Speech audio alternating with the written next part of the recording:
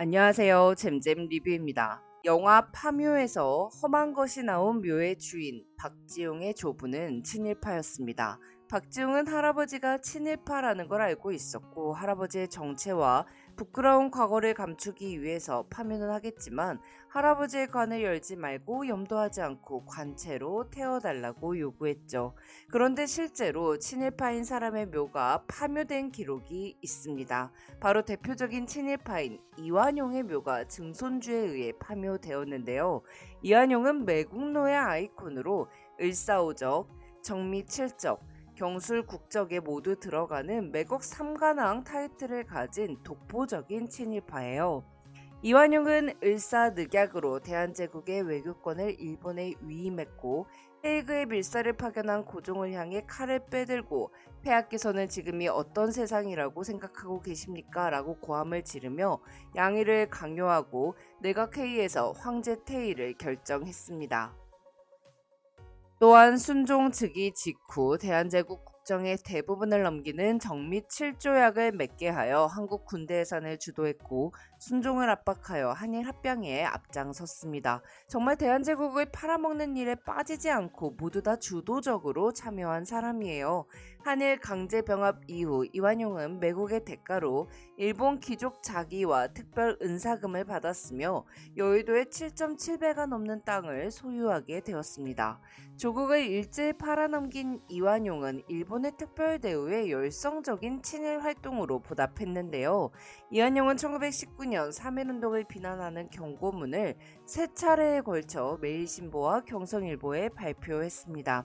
이완용이 쓴 경고문에는 시위라는 게 꼭 힘도 없는 것들이 하는 거다. 이럴 시간에 차라리 공부를 해서 힘을 키워라. 조선인의 경거망동을 엄중히 단속해야 하며 운동에 참여한 자들은 민족을 멸망시키고 동양 평화를 파괴하는 적이다. 라는 내용이 담겨 있었습니다. 이완용은 3.1운동을 비난한 이 경고문을 작성한 공로로 1920년 후작으로 승격됩니다.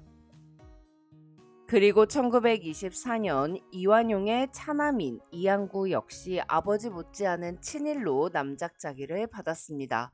이완용의 장남은 일찍이 사망하였기 때문에 친일을 할 시간이 없었다고 해요. 보통 자기는 세습하는데 부자가 모두 자기를 수여받은 경우는 이완용 부자 외에는 없기 때문에 친일파 분야에서 이완용 부자는 신기록 보유자들이라고 볼 수 있죠. 또한 이양구의 아들 이병주는 해방 이후 일본에 가서 일본인이 되었습니다. 이완용의 매국 행위가 극에 달하자 이완용은 독립운동가들의 암살 1급 대상자가 되었는데요. 그러던 중 1909년 10월 26일 하얼빈에서 안중근 의사가 이토 히로부미를 암살하자 이완용은 추모식에서 추도문을 읽으며 이토가 자신의 스승과도 같은 존재였다고 말합니다. 또한 이토의 뜻을 지지하고 존경한다고 말하며 이토를 암살한 안중근 의사를 맹렬히 비난했죠. 지금의 우리도 이 이야기를 들으면 너무 열이 받잖아요. 그러니 당시 독립운동가들도 이완용을 도저히 두고 볼 순 없었겠죠. 이토가 암살된 지 2달 후 독립운동가 이재명은 명동 성당 정문 근처에서 군밤 장수로 변장하고 이완용이 나타나자 옆구리와 어깨 등 총 3차례 비수를 날렸습니다. 하지만 나쁜 놈은 목숨도 즐기고 돈도 있고 빽도 있었기 때문에 곧바로 대한의원으로 후송되어 2개월간의 입원 치료 끝에 구사일생으로 살아나요.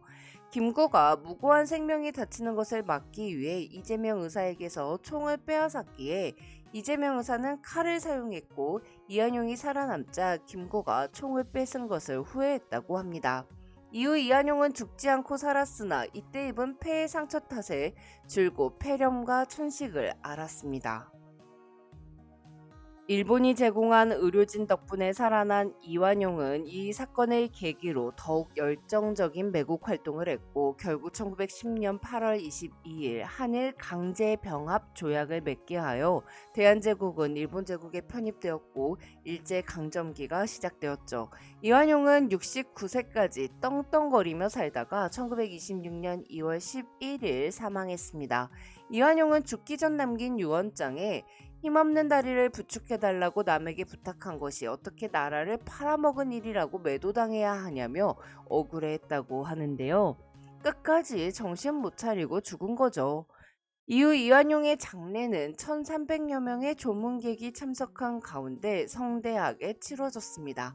이완용은 매국 친일의 대가로 대훈이 국가대수장을 받았는데요. 국가대수장은 일본 왕실이 현재까지도 수여하고 있는 훈장으로 역대 수훈자 목록에 한국인은 총 4명이며 이 중 왕족 3명을 제외하고 왕족이 아닌 조선인이 받은 것은 이완용이 유일합니다. 이완용은 도굴, 파손 등을 염려해 자신의 묘자리를 서울과 먼 전라북도 익산군 낭산면 낭산리의 산으로 선택했습니다. 하지만 워낙 악랄하고 유명한 매국노였고 매국노의 상징이라고 할 수 있는 인물이다 보니 지속적인 회묘 사건이 일어났죠. 해방 이전에도 회묘 사건이 종종 있어서 일본 순사가 묘를 지켰고 해방 이후로도 식칼이 묘에 꽂혀 있거나 봉분이 파헤쳐지는 등 지속적으로 회묘 사건이 끊이지 않자 매장된 지 53년 만인 1979년 증손자인 이석형이 오래될수록 치욕만 남는다며 파묘 후 유골을 꺼내 간이 화장하고 인근의 장암천에 뿌렸습니다. 당시 폐묘 작업에 동원된 인부들의 말에 따르면 묘의 관리가 너무 엉망이어서 이완용의 무덤인 줄은 미처 예상하지 못했다고 해요.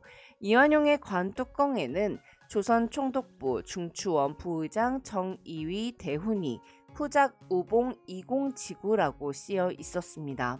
또한 이완용의 장남 이순구 부부의 묘도 2006년 8월 경기도 고양시에서 심하게 훼손된 채 발견되었는데요.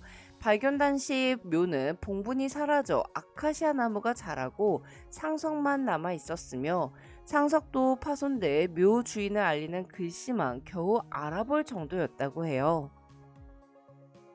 지역 원주민들의 증언에 의하면 해방 직후 마을 주민들이 묘에 불을 지르고 무덤을 파헤쳤다고 합니다. 한편 살아있는 이완용의 후손 중 증손자 이윤영은 1992년 국가를 상대로 환수된 재산을 돌려달라는 소송을 제기하고 승소하여 수천 평의 땅을 되찾았습니다. 사실 이완용의 땅을 국가에 귀속시킨 것은 0.05%로 극히 미미하게 이를 데 없었는데 그것마저도 돌려준 건데요. 이완용과 그의 일가가 친일 행적을 통해 이룬 재산의 전부는 지금도 여전히 대물림되어 후손들의 재산 증식에 큰 기여를 하고 있는 거죠. 지금까지 잼잼 리뷰였습니다. 감사합니다.